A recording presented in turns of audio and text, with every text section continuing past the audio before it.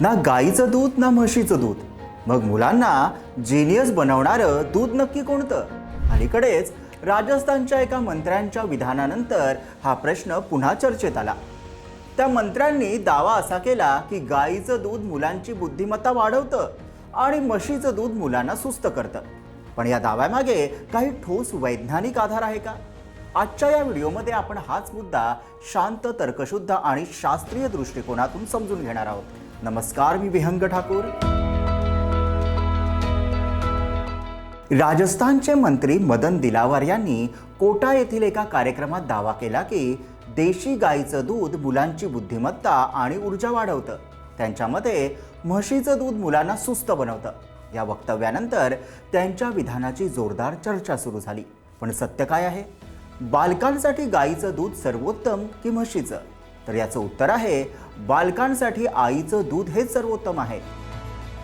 जगभरातील तज्ज्ञांचा एकमताने सल्ला आहे की मुलांच्या जन्मानंतर पहिल्या 6 महिन्यात फक्त आईचं दूध द्यावं.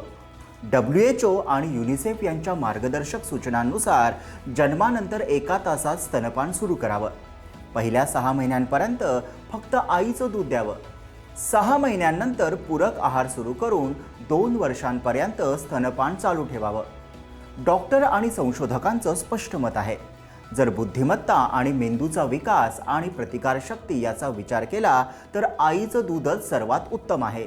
बाळ 1 वर्षाचं झाल्यानंतर प्रत्येक आई वडिलांच्या मनात प्रश्न एकच येतो, गाईचं दूध द्यायचं की म्हशीचं? दोन्ही दुधांमध्ये पोषण मूल्य असतं. म्हशीच्या दुधात फॅट आणि कॅलरीज जास्त असतात, त्यामुळे ते अधिक जड आणि ऊर्जादायी असतं. गाईचं दूध तुलनेने हलकं आणि पचायला सोपं मानलं जातं. प्रथिने आणि कॅल्शियम दोन्ही असतात, फक्त प्रमाणात थोडा फरक असतो.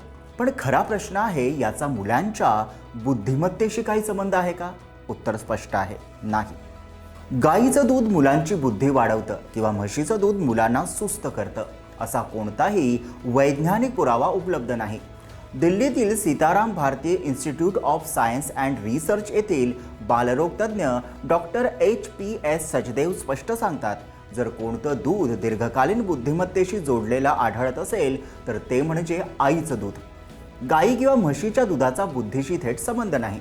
म्हणून निष्कर्ष एकच, दूध कोणतंही असो, मुलांची बुद्धिमत्ता ठरते योग्य आहार, प्रेमळ संगोपन, संवाद आणि शिकवण्याच्या वातावरणावर. लक्षात ठेवा, दूध बुद्धी वाढवत नाही तर तुमचं पोषण मूल्य वाढवतं.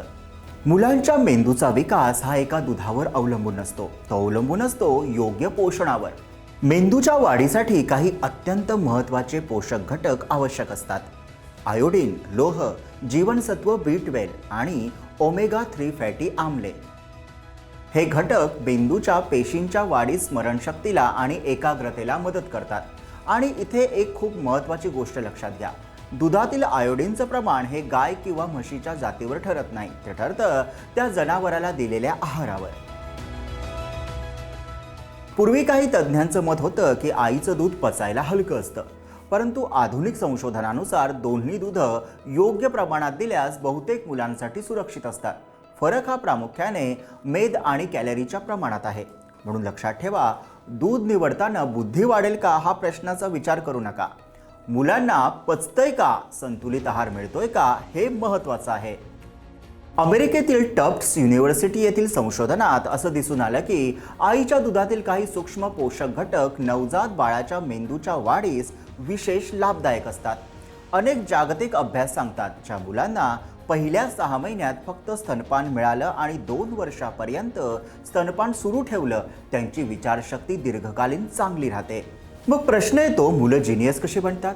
मुलांची बुद्धिमत्ता ठरवणारे मुख्य घटक म्हणजे अनुवंशिकता, योग्य पोषण, सुरक्षित आणि प्रेमळ वातावरण, दर्जेदार शिक्षण, संवाद आणि वाचनाची सवय.